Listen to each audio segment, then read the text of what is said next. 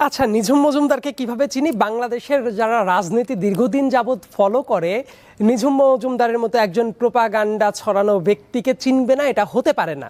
সে আপনি দেখবেন ঢাকা বিশ্ববিদ্যালয়ে যখন আমাদের যারা জুনিয়র আছে নারীদেরকে পিটিয়ে রক্তাক্ত করে ফেলছিল ছাত্রলীগ, সে তখন স্ট্যাটাস দিচ্ছিল ধুপধাপ ধুপধাপের আওয়াজ আসছে, চমৎকার। এবং একটা ভোটবিহীন অবৈধ স্বৈরাচারী শেখ হাসিনার রেজিমকে সে ক্রমাগত ডিফেন্ড করে যেত নির্লজ্জপনার মাধ্যমে। আর নিঝুম মজুমদারের সাথে এর আগে 2 বছর আগেও আমার একটা টক শো হয়েছিল। সো তাকে আমি চিনবো না এটার কোনো কারণ নাই। 2 নম্বর ব্যাপার, কেন হারপিক দেখিয়েছিলাম, যিনি হোস্ট ছিলেন এই টপিকটা কিন্তু ছিল আন্তর্জাতিক আদালতে মামলা। একজন ব্যক্তি এভাবে মামলা করতে পারেন না।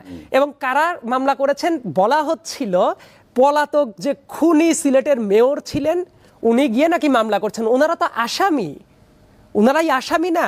ছাত্রদের বুকে গুলি চালানোর নির্দেশ দিয়ে গেছেন, তারা গুলি করেছেন।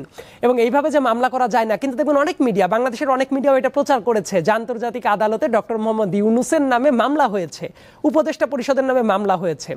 ওই টক শোতে আমি ডিবাঙ্ক করতে চেয়েছিলাম যে এইটা যে মামলাই হয় না, এটা যে ভুয়া কথা, নাম্বার 1 এটা। এবং তারা যে ধরনের কজ দেখিয়েছে, তারা বলেছে গণহত্যা হয়েছে 5 থেকে 8 আগস্ট, তার জন্য উপদেষ্টা মণ্ডলী কেন দায়ী?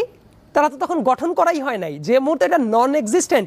আপনি বলেন 5 তারিখ 6 তারিখ 7 তারিখে উপদেষ্টা মণ্ডলী ছিল, তাদের নামে মামলা করছে, আবার বলছে গণহত্যা হয়েছে। গণহত্যা হওয়ার জন্য পার্টিকুলার শর্ত আছে, জেনোসাইড কনভেনশন কিন্তু আছে, 4টা পার্টিকুলার শর্ত পূরণ করতে হয়, তার কোনোটাই ওই জায়গায় নাই।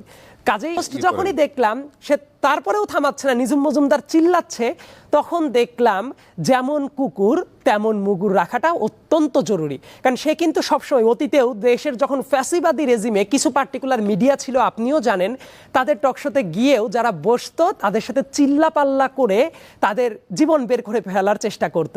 কিন্তু তার ভাবা উচিত আমরা যারা আছি সেই ব্যাপারটা তো আমরা সহ্য করব না। তার কাজে আমি বাধা দেইনি, আমি যখন কথা বলছিলাম সে বাধা দিচ্ছিল, তাহলে তাকে থামানোর উপায়টা কি? এবং আমি তো জাস্ট একটা হারপিক প্রদর্শন করেছি, তাতেই সে তেলে বেগুনে জুজে উঠলো। তার সাথে যদি কোনো সম্পর্ক না থাকতো সে তার নর্মাল কাজ চালাতো। এ থেকেই তো বোঝা গেল হারপিকের সাথে তার কোনো অতীত স্মৃতি আছে, এবং সেটা বাই দিস টাইম সবাই জানে। তো সে